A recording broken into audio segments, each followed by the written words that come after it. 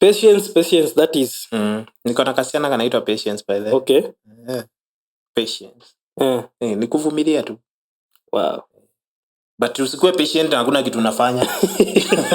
Si ukae hapo umengedhi ati uko patient. Hapana. Waiting upon the Lord. No. Patient, ukwe patient lakini you are walking towards the right direction. You have to take the right path.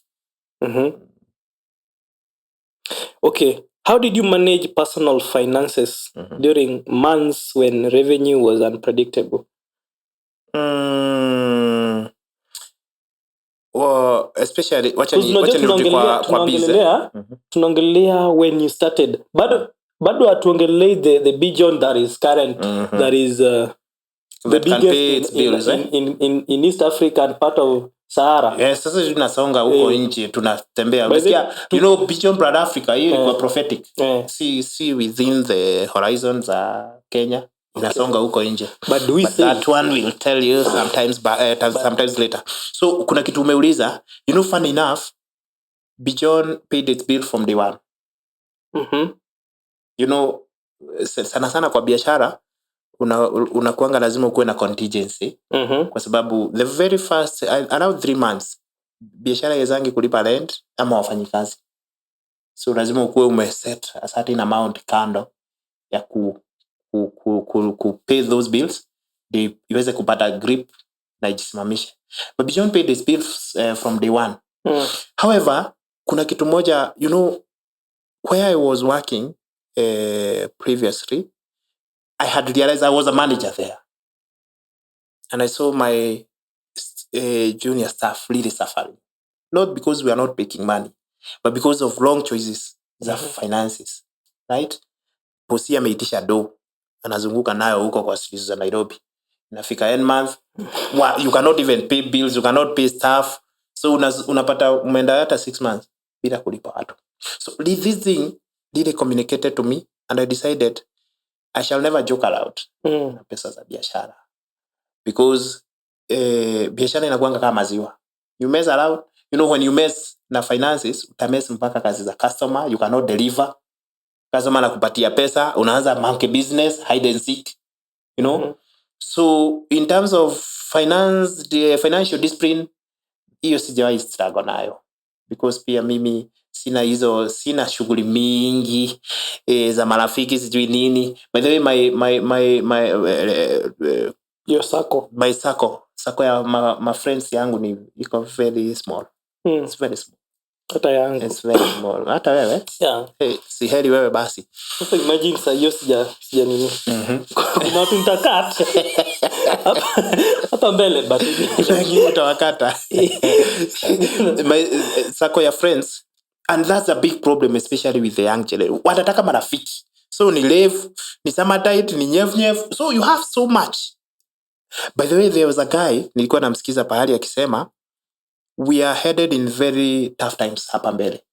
Cause tumejipata in a situation whereby everything uko nayo ni loan, nilipa mdogo. Simu nilipa mdogo. TV nini gas, kila kitu, everything nilipa mdogo. Gas ya lekelao. So eventually you'll get yourself into a situation huwezi jitoa. Yes, nilikuwa nakwambia hiyo ni kitu kama hauna. Hiyo ndio the very first thing unafaa kuwork on. Wakati unajipata and you see zinakuanga very appetizing. Because hizi vitu za lipa mdogo unapatanga ni 30 bob per day. 20 bob per day. Kuna siku I don't know what ni nini ilikuwa imenishika, nikafikiria why should I pay a phone nilipe cash. Kaita hiyo mzee wangu nikamwambia hebu hii simu sina iko na lipa mdogo nilete. So vinya alikuja akanipata kwa ofisi. Sivi nilifanya nikafanya hesabu. Nauliza hii simu cash ni how much? Akaniambia na hiyo lipa mdogo inakaanga small amount. And nilimwambia wewe enda hiyo story staki. Because without financial discipline unajipata your finances are tight, all of them. So unajaribu ku advance ama unataka kufanya anything major, hauwezi. Pesa yako yote you have tied it kwa sijui inawea ni mdogo, outawea ni mdogo, TV ni kila kitu nilipa mdogo. TV nazimwa katikati ya matangazo. simu inazimu ukilipa tawala zako. Unarushwa nje. Conductor hataki kuelewa. Alafu tunakuona kwa news. Hizo vitu zingine tuache hiyo mchezo. Okay, sijai jaribu lipa I really feel that naogopa kitu vibaya sana. Lipa mdogo. Live within your means. You can buy a small phone hata kama haina features mingi, use it. Hiyo lipa mdogo, save it somewhere. Then acquire that gadget. Itakuwa cheap for you, haitakuwa inaku overwhelm akili yako kila wakati. Lipa hii hapana, inasumbua. So financial discipline. Okay. Kwa biashara, kwa maisha, it's key. So another thing, at Bijon, na I know there are Gen Zs you guys are working with. Yeah. How do you find them handling this category of people based on whatever we hear about Gen Zs? How are you coping up with them? Okay. As a company. Mimi ndio waendelee kukaa hapo, bado wako tu hapo. Yes.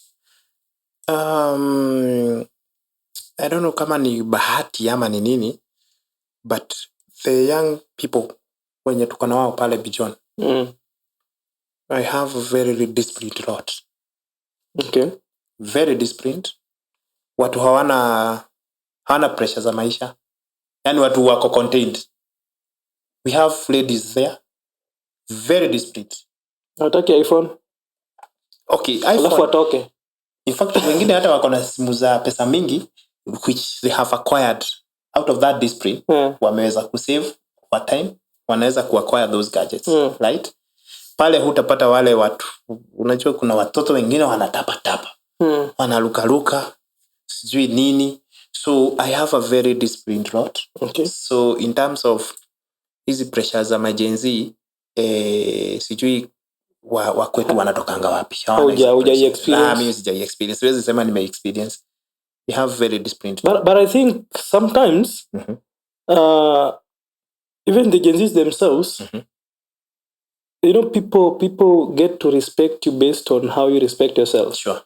And the structure, how you structure yourself. Mtu akikuja pale aone how serious this place is. Yeah. Anaona tu hapa si place pa kuja kucheza. Yeah, sure. So maybe there is one or two things that wanakuja kwa company and then they see like watu wako serious. Unajua kuna kitu moja watu hawajaweza kuunderstand. Sisi tukilelewa, sisi millennials, ilikuwa ni kama military camp. Hata sisi ni kuekelewa. Yani unafikiria something can just be done wakati uko na fujo, wakati unavuruga, right? Gen Z hawaelewi hiyo lugha. By the way, hawaelewi hiyo lugha. Hiyo ya unataka kutumia kifua. Wanakuanga na very thick skin. Watakuwa unajua kitu nilipitia kwa mikono ya my brothers. Wajenzi wa sahi. Hapana, just for them, unajua ni watu enlightened, wamesoma. Hawa watu kwanza walisoma for free wakati wa Kibaki. Ni watu wamesoma, wameelewa maneno. So what happens is just let them know what you expect. Sawa? Usi micromanage that nataka ufanye hivi, this is what I'm expecting and you have to do it this way. Hapana, hiyo haitawaka. Let's say fair. They just find the means. You know what it's expected of you. Patana uko mwisho. Venye amefikia kwa result. Yes. Ukiwapatia that freedom, inakuanga rahisi sana. Lakini ukikuwa mtu dictatorial, you're going to be resistant. So mtakuwa mna fight. I can say that I can say this in your media, kwa hii kamera yako, that at Bijon we have very little, staff turnover. Iko chini sana kwetu. Iko chini sana. Because watu wako na akili zao. Ni watu wamesoma. Wako very creative.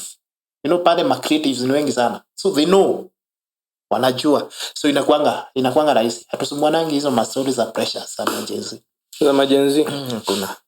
Okay. Pale hakuna. Na wenye wamekuja nazo, especially wale kuna majenzi wengine wako na shida sana. Wewe Gen Z kama umefikisha miaka hama kwenu. enda ukalend, enda ulipe rent, enda ulipe bills. Wao jinsi wanakaanga kwao. Mimi mtu pale akuja niambia tunaishi na mama Kayole. Sawa. Siwezi. Yeah, you know, I came to realize that I can't know exactly who I am until I start having that freedom of yes. You manage your finances. Exactly. You manage you pay bills, right? Hata kama mzazi wako amebahatika amejenga Nairobi. Be dependent. Pay your bills. Hiyo ndio itakubuild. Otherwise hao watu wanakujanga kujipata kwa shida sana. Because now tell me I'm 35 years. Sijai lipa bills. Alafu nasikia msee ananigongea mlango. Unajua kuna piga na best yangu. Shout out to her. Okay, you know her. Pia nataka kumwambia hama kwenu. Umeweza kukua pasa no? Alikataa kukaa shauri. Wame. Hama kwenu. Ndio ulipe hiyo nyumba. Lakini yeye si Jay-Z. Jay-Z na bado anatusumbua huko. Anasumbua. Anatuvuruga. Hama kwenu. Pole. After all hakuna kitu atatufanyia. Hata ajijui. Yeye ako tu kwao na jijui ako kwao. Yes. So hiyo kitu ya kukaa home, especially for the young generation, inawaharibu. Hawezi kuwa hawana independence of mind. Ni yule mtu anakuja amechelewa anakuuliza so unadai? Nimechelewa so. Na ni kazi. So what is that unique thing that makes Bijon stand out amongst this big agency of branding, eh? Yeah, this thing venye tumesema it is wide, it has a lot of people. Yes. What made you that distinction iliwafanya you became unique? So sitaki kuifanya ikuwe flowery sana, but I can just tell you one thing tumestrive kufanya. You know, pale CBD, because shops are very expensive. So unapatanga, na nimekwambia branding is very expensive. So unapatanga niko na machine moja lakini nafanya kila kitu. So kila kitu zingine na outsource. That way I cannot guarantee a timely delivery. I cannot guarantee quality kwa sababu kazi mingi nafanyia nje. But now for Bijon tumejaribu ku make sure most of our jobs we do them in-house. We have most of the machines tuko nazo in-house. Hiyo imetusaidia sana, especially for timely delivery, because unapatanga vitu za branding, especially for events. Zi kuja the last minute. Unaambiwa kuna branding inatakikana inafanywa Diani ina hotel na event ni kesho. Right? So kama una outsource utaanza kuamsha watu. So tunaingia kwa ofisi tuna print na tunaanza safari. Because we travel a lot. Najua Bijon haifanyi tu within Nairobi. It's the whole of the country na even beyond. So hiyo kukuwa na machines in-house imetusaidia sana. It matters timely delivery na quality. You know, customers nowadays huwezi mbox na price. Yes, hiyo price yako ni nzuri, but it's too good to be true. Can I see the quality? Akiona ni kitu mbaya, hawezi hata kama price iko sawa. So quality is key. And I can even tell your customer, we know we are not cheap. Bijon is not cheap. Yes, that one I can tell you. It's not cheap. Okay, they know now because if I order my things from Bijon, yes, it's not cheap. You cannot have cheap na quality. It's the same thing. How now? But Bijon at the same time, it's not expensive. It's very affordable. Yeah. And there is one thing naambianga customer wetu, because now hatufanyi kubroker, right? We find ourselves we are the cheapest. We even give you a challenge. Can you get anything cheaper than what we are giving you? Come challenge us. Yes. With the quality. Heri tukufanyie for free. Sisi machine zetu. You know there are most of my viewers that has got my our polo shirts and the hoodies. Yes. Hiyo ni kazi ya Bijon and they can testify. Yeah, sure.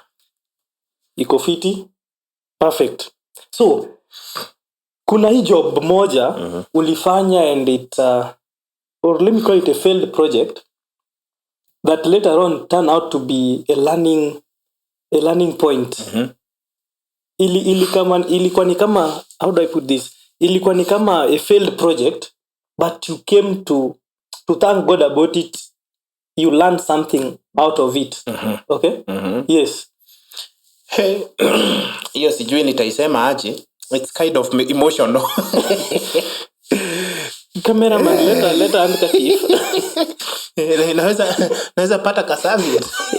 Kasavi ziko. Kuna job tulifanya, unajua pia kwa hizi kazi zetu zilikuwa na kuna a lot of competition. Kwa sababu unapata kwa hiyo office unapata job, kuna msee anajua msee. Sawa? Na kuna jamaa mmoja is a very senior guy in this country who told me, if I give this job to you, make sure I get something out of it. Because hiyo ilikuwa kazi ya siasa. Akaniambia unajua siasa ni fitina. Kikao mimi na keti, wewe huwezi keti. Sawa? So please make sure mambo yangu iko sawa. So kwa hizi kazi zetu kuna kuanga na fitina. So there is this one job, a big company near solar something. And siwezi wataja. But we got, I think they were allowed 5,000 t-shirts. Tukapika kazi. Kazi tukaipiga vizuri. And you see, we usually give samples. So we give you the sample, printed sample, so that you approve color and the quality. So they approved both of them, quality na color. So sisi tukapiga kazi. Na ni wale, they pay on delivery. So those are 5,000 t-shirts. You can imagine that kind of investment. Yes. So, tukupeleka kazi, msee alisema, no, this is not our color. So unasikianga ni kama una kizunguzungu. Sijui unaona vimuli unajina kama hiyo. Umeishiwa na mate kwa mdomo. Mdomo inakauka. So it was very tough. So zikarudi kwa ofisi. Kuna jamaa wangu mmoja alibahatika nazo. Hizo nguo alikula zote 5,000. Githurai alikuwa anauza huko. Zilienda zote. So hiyo kitu ili ni harden tu. Right? Ili ni harden. There is this other scenario. Tumemfanyia mtu there were 2,000 t-shirts. Tukampelekea. So we got a lady. Hiyo nguo ilikuwa imetoka vizuri. You know what she said? Oh no. Hii nguo ataona vile inakaa. T-shirt 2,000 t-shirts. Again, what do you do? Ungekuja uvae na watoto wako. Sasa hapo nilikuwa mjanja. You know what I did? For the whole year. Zilikuwa na boxes. Tulikuwa tumeweka kwa van. Mzigo. Zilikuwa na boxes. Hiyo time na mimi nilikuwa nimechanuka. So what I did, I got back with them. Kamwambia okay, anyway. So umesema quality haiko sawa and everything haijakupendeza. So what I did, I got back with them kwa ofisi. Sisi kuna boxes. Nikakaa 2 weeks. Nikanunua gunia. Nikalipackage vizuri. Kapeleka. Do you know what happened? Nilipata yule madam. Akatoa ya kwanza. Yes, this is what we wanted. This is what we wanted. So, ni kumanage emotions. Na hii kazi yetu inakuanga hivyo. Sometimes unapata mtu alikupea approval, ukirudi ni mtu tofauti. Right? And you must expect anything. Okay. Yes. So, before tuendelee, naomba tu nipatie my cameraman this one. Tukimalizia sasa. Yes. There are agencies and young people out there. You know, being that umetuambia hii kazi ulianza after you did something different. Yes. You did procurement and all that. But then you began this job na sio kitu ulikuwa umesomea at the college level. Yes. Kuna agencies pale wako na degrees, diplomas, wengine hawana. What can you tell these guys that are, because tunalia, yes, it is the role of it is ni duty ya gava to create the jobs for us. But should we be just there waiting for the government to create the jobs? Okay. Because when we know kwanza hii haita create. Okay, I don't. Should we be just sitting there with these papers or without the papers? Ama should we just take the risk? Okay.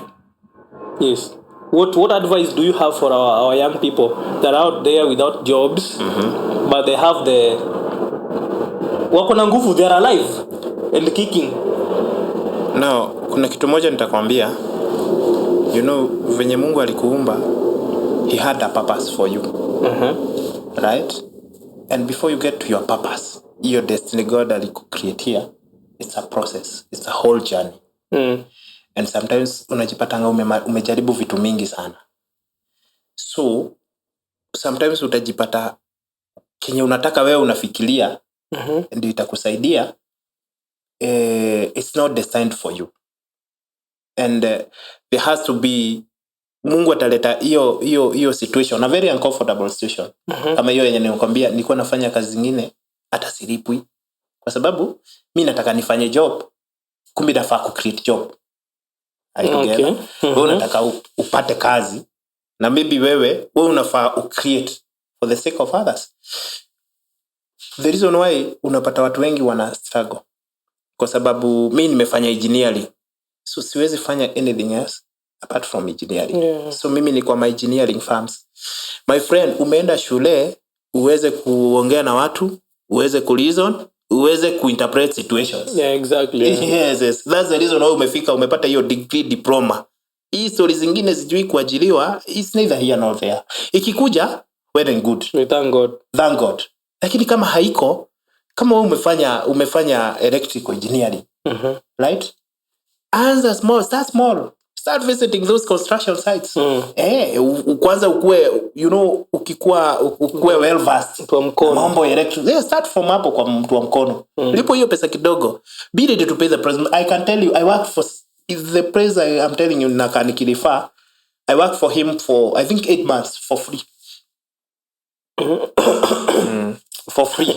Because akili yangu haikuwa after pesa. There is some information that I wanted to get. Na ndio imenibeba mpaka sai. So sometimes inakaanga because tunataka wewe kenye inakumotivate ni do. Now, what enough is enough. You can never get anywhere na hiyo pesa kidogo na ipo because mostly inakuangania kulipa fare na nyumba. So what? You see? So usifanye ati motivation yako ni pesa yenye unapata. Get that experience, Umesoma. Jiongeze some skills, right? Kuwa mtu multifaceted. Uko na skills zote. Ukiambiwa dancer una kila pahali, right? Ukitaka mtu akuuza gari, uko hapo. You see?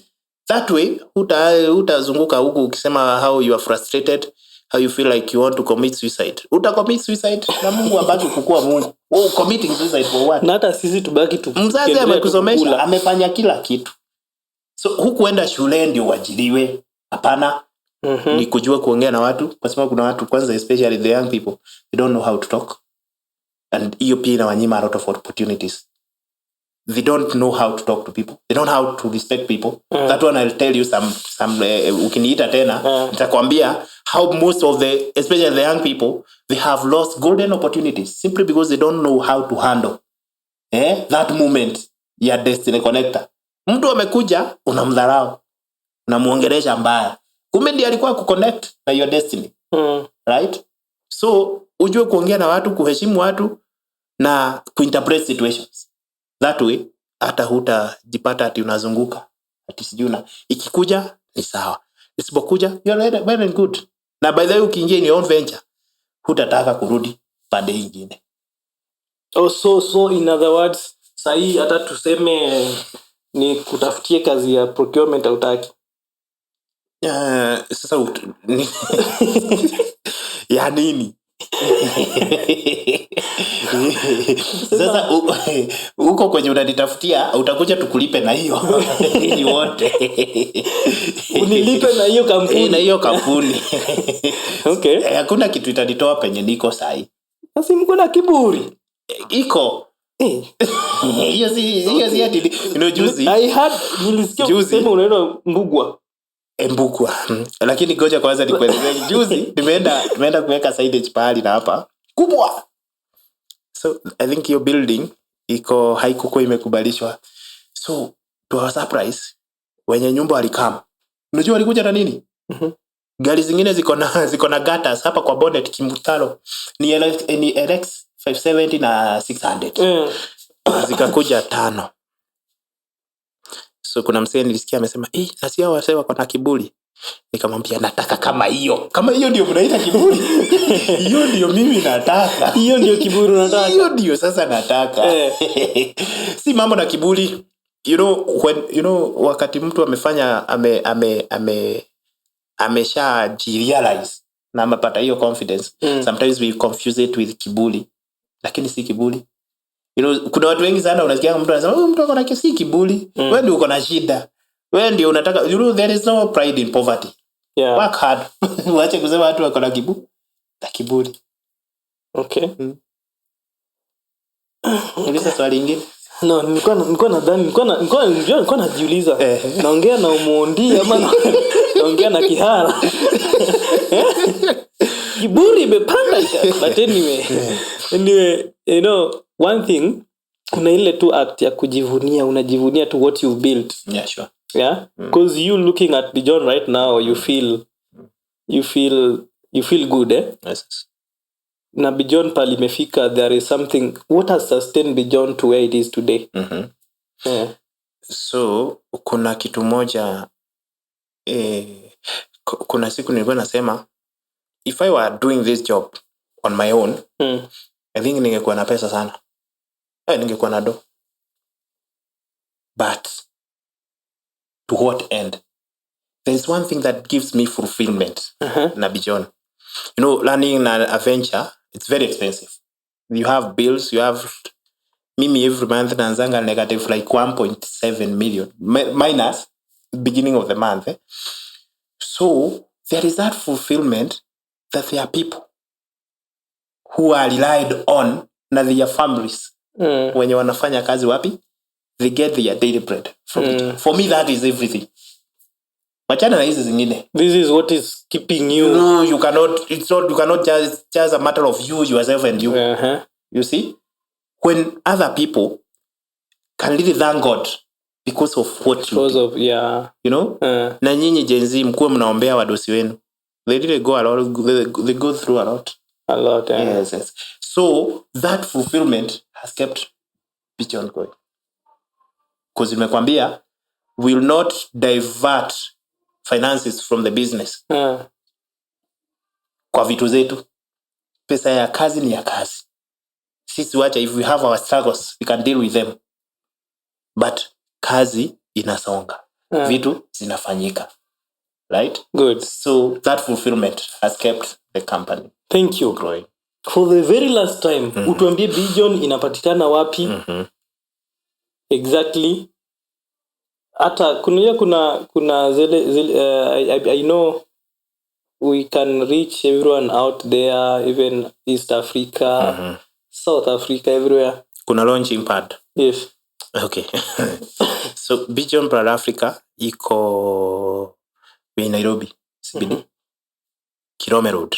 Ukiwa Koja, kuna kabarabara kameshuka kanaenda Kirinyaga Road. Hiyo inaitwa Kirome Road, ni kafupi. Ama ukitoka Grove ukiingia Kirinyaga Road, unapita Shell.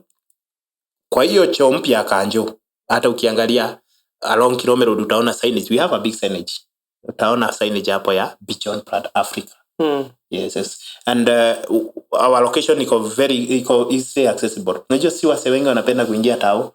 Wanaonanga kuna mashida mingi ku navigate. Sisi hatuko huko ndani, tuko kwa periphery. Because unaingia Grove, Kirinyaga Road, unaingia kwa ofisi. Done. Good. Wenye wanataka kufanya siasa, tunaelekea msimu wa campaign, kuja tukupe form. Hizo reflectors, hizo sache. Ni sache ama ni sache? Masache. Hizo t-shirts, hizo kofia, everything that you need. Posters, car branding. Hizo 1 term, 2 term. Wote sisi tunapanga. Sasa hapo Since we are for the government of the day, we don't support either side. We don't support either. So kazi ikikuja sisi tunaichangamkia. Ikifika kwa kazi, when you are 2 term or 1 term, well, later to kazi. Yes. And we have, do you know there was a time we were delivering 10,000 t-shirts every day. 10,000 t-shirts every day. How we were doing it, you start kujua. But we have done it.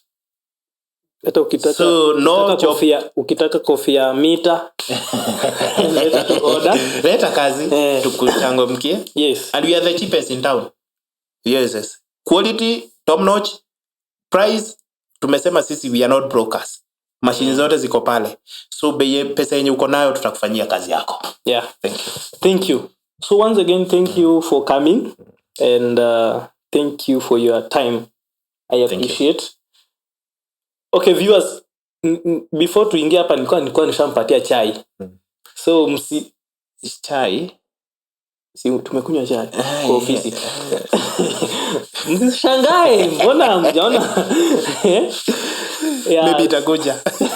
Sijaiona. Nani ruka mbele. Otherwise, thank you for the support actually, and keep it tuned at GTM. Na tunawapenda. See you next time. God bless you and do you good. Yes. Goodbye.